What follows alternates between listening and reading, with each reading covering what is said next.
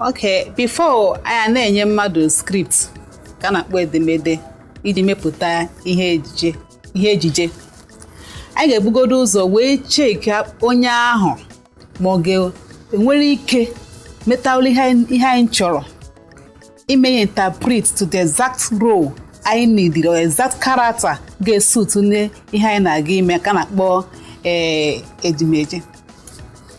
So ọ bụrụ na onye nke fituru anyị achọ onye ọzọ mana because anyị nidere ịga akọwatara anyị onye ga-enye the real interpretation of that character to the audience, ndị ga-ekiri ndị na-ekiri the film ịghọtara. So taa ka anyị si eme ọkpụkpọ anyị na-ebu mmadụ n'obi ede ihe na-aga ide ka na-akpọ script ide the script mana anyị na-ebu mmadụ eto n'obi mana anyị achọkwa ndị ga-art the thing, ndị ga-eme the interpretation of the character very very well that the audience will like believe na ihe anyị na-eme na anyị maka esi eme ya ọfụma. Ọ dịrọkwa izi eziokwu anyị nwere ọ dịrọ izi cha ebe anyị na-enwe nsogbu ọgbaghara or challenges ka nka esi kwuo ya bụ na in the piracy na financial aspect ihe gbasara ego ebe a ka anyị na-enwe challenges. Gụwa mere ejije before na-abago n'ahịa ndị mmadụ ewerego ya tinye n'ahịa ị na-ajụzi ka ihe si wee banyezie n'ime ahịa ebe ego nwa mere ejije a ka na-akwado ibupụta n'ahịa mana ọ gago n'ahịa gazi ebe niile ya ka anyị na-efesi na indọstrị. Achọrọ m ịbụ afọ ise afọ isecha achọrọ m iwi achọrọ m ịbụ the best producer and the best actress. Achọrọ m iwin so many awards ya ka m na-ele anya ịgakwa n'iru in fact ịgakwa na America ga mee with ndị Hollywood.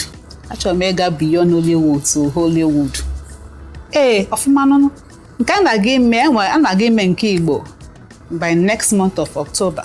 Anyị na-eje n'ala Igbo n'Enugu ga-emekwa nke Igbo ka anyị na-emekwa nke Igbo na-eme nke Igbo ọfụma. A ma alụkwa ọlụ aka nke m ewezuga ejije a na-eme ana m alụkwa ọlụ ọzọ. Ana m emekwa ndị mmadụ akwụkwọ iji gaa ala oyibo. Ana m emekwa ndị mmadụ akwụkwọ. Ana m eme ihe ọbụla gbasara visa ya ka m na-eme.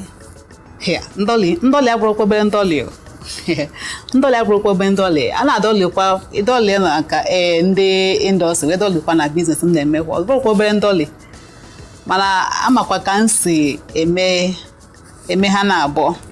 Ngacha ihe ejije wee bata bịa zuo ike wee hie ụlọ ọfụma mana ana m ewepụta ofu ụbọchị n'ụbọchị 7 ana m ewepụta ofu ụbọchị dịka ihe Satọde zuo ike mana Monday to Sunday na nji alụ ọrụ mana ofu ụbọchị n'ime ụbọchị 7 nke a na-akpọ Satọde ka nji ezu ike. Ana m ekelechi unu ọfụma maka nkwado na kwadoro m na sọpọtụ unu nwere ebe m nọ. Na-asị ka Chukwu gọzie unu niile okpukpu na ụba na akụ na udo na ọṅụ. Ọ ga-adịrị unu na mma dịkwara ndị ebe unu n'ebe ọbụla unu jiri aka ebe ọbụla unu jere ebe ọbụla unu tiri aka nke ọma ihe ọma ga na-agara ihe niile siriri werere ga na-agara unu. Producer m na-agba mbọ dị ka ya Chineke akakwa nkụ ha ka nkụ amakwa nke m ga-ewere mana ka m bidogode with emame song. Alaikere m ka m dị ka ya mara nke m laikechara ka o si eme movie ya Watermelon Thompson. Ama like ụmụ ya action films ọ na-eme kọsị. Alaikere m ka o si eme film ya ihe m alaikere m Watermelon Thompson na MME song. Igbo ndị ọma dalụnụ afọ mbụ Nwada Oluchi Mary Ann Thomas. A na-eme ihe ejije na-ebepụtakwa ihe ejije.